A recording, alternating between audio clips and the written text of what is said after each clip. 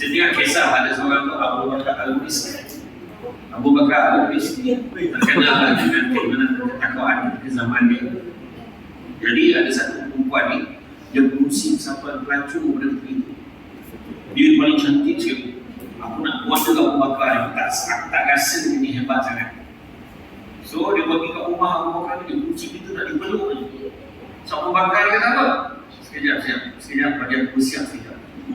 Terkejut perempuan, senang sangat dia. Dia masuk dalam bilik air. Atau dia apa? Dia ambil najis-najis yang ada. Dia sapu kat semua badan dia. Lepas tu dia keluar, sekarang peluk, lari perempuan. Selepas itu lah dia dapat jolokkan nama Abu Bakar Al-Muis. Al-Muis ini maksudnya bau haruman kasturi. Badan dia otomatik berbau wangi tanpa dia pakai apa-apa wangian pun. Allah kurniakan kat dia sebab dia dapat nama gelaran Abu Bakar Al-Muis.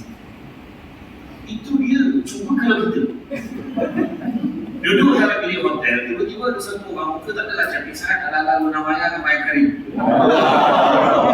Dia datang, dia nak peluk kita. Apa jawapan kita? Tidak. Saya kata lagi, kita cakap orang, kita belum betul kebanyakan kita. Makanya aku nak beri. Aku masa tu tak kita sebab fikir apa dia. Itu kebanyakan kita tu sebab saya kata, jangan cakap sekali untuk mengaji. Macam tu jugalah.